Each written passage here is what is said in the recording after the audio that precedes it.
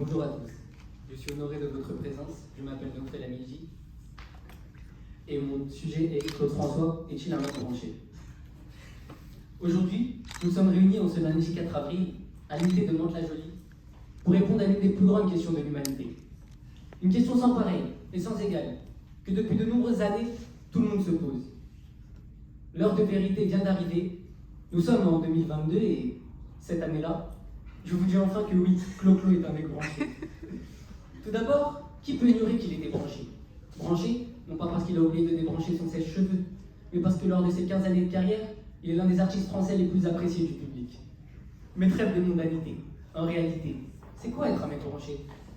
Cette question va nous permettre d'éclaircir notre sujet assez long, jusqu'à Alexandrie. Le terme branché possède plusieurs significations. Toutes les significations du mot correspondent aux natifs d'Égypte. Tout d'abord, il y a mettre l'électricité, l'eau et le gaz en état d'être utilisés en les reliant directement à la conduite d'alimentation principale. Claude François faisait même mieux. Il reliait directement l'électricité à l'eau sans passer par la conduite d'alimentation. Un flou de génie inégalé maîtrisé seulement par les plus grands mecs branchés. Ensuite, il y a personne qui veut être à la mode dans le vent. Le fils de la famille François avait un don sans pareil pour la mode. Entre paillettes, bottines, maquillage et pattes d'éléphant, un style souvent moqué mais inoubliable de Claude François, dont certaines pièces ont traversé les époques et sont encore portées par certaines personnes aujourd'hui. Pour le vent, il en a même fait une musique. C'est de l'eau, c'est du vent. Il a donc un amour incontestable pour les énergies qui permettent de l'alimenter. Faisons donc de lui un mec branché. Pour finir, il y a aiguiller quelqu'un, le diriger sur quelque chose, le mettre en contact avec quelqu'un. Avec classique sur classique, Clo-Clo a su rapprocher les gens au fur et à mesure des manières. Les mettre en contact entre eux et créer des connexions entre ses fans. En quelque sorte, Claude François est un homme électrique qui fait passer du courant entre les personnes.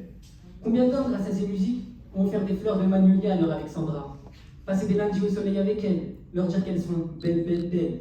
Cet homme est une application de rencontre humaine. 44 ans après sa mort, il continue d'inspirer les nouvelles générations de chanteurs, et même de rappeurs, comme le rappeur Nino, au style vestimentaire très atypique, qui prétend être connu comme Claude François dans l'une de ses musiques. Il inspire même des électriciens.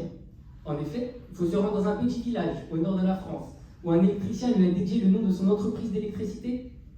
Un nom très rassurant pour la clientèle.